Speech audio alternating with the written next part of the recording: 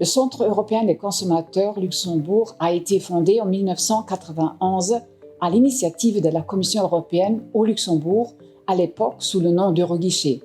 Cette année, nous fêtons donc notre 30e anniversaire.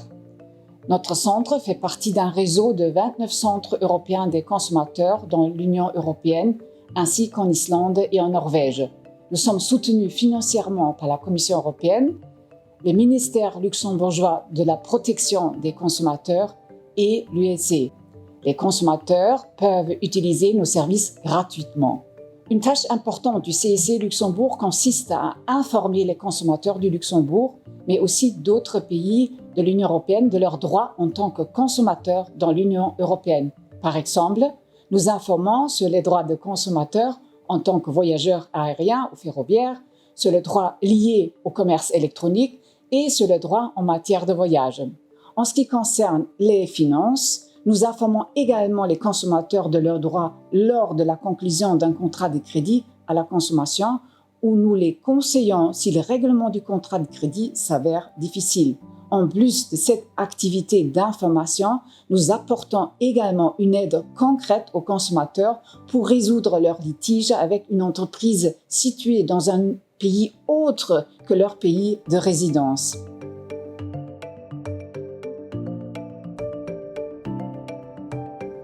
De manière générale, l'éducation financière permet de bien évaluer son budget et ses capacités financières, d'anticiper les dépenses et les risques et d'éviter les situations de surendettement. Les demandes reçues par le CEC Luxembourg montrent clairement un manque de connaissances de beaucoup de consommateurs en matière financière. Ce manque de connaissances est souvent la cause même des problèmes rencontrés par les consommateurs dans les dossiers financiers. Le CEC s'est rendu compte, dans ce cadre-là, que les connaissances sont parfois vraiment très faibles et qu'il y a beaucoup de fausses croyances. À l'heure actuelle, l'offre de produits financiers se diversifie sans cesse et les produits se compliquent.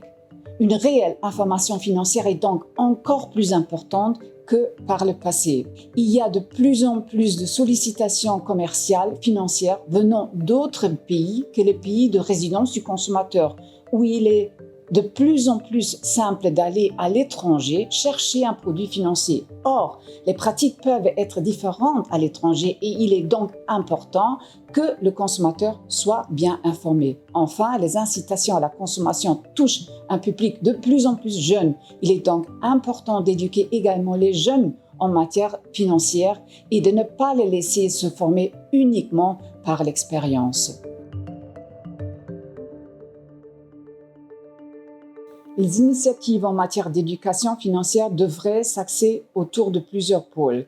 Par exemple, autour de l'éducation financière et budgétaire des jeunes à travers des actions d'information sous forme de jeux de rôle ou de cours intégrés dans le cursus scolaire habituel. Autour de l'éducation budgétaire des familles, en particulier des familles en situation de fragilité financière. Autour de l'apprentissage des outils bancaires.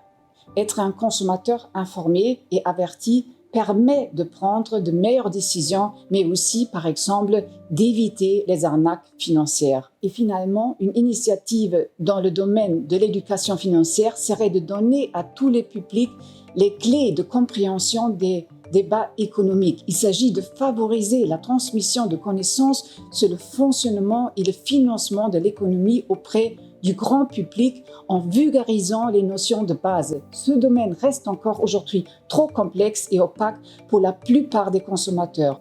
Une fois encore, un consommateur informé, averti est une personne qui devient, de par le fait, beaucoup moins vulnérable.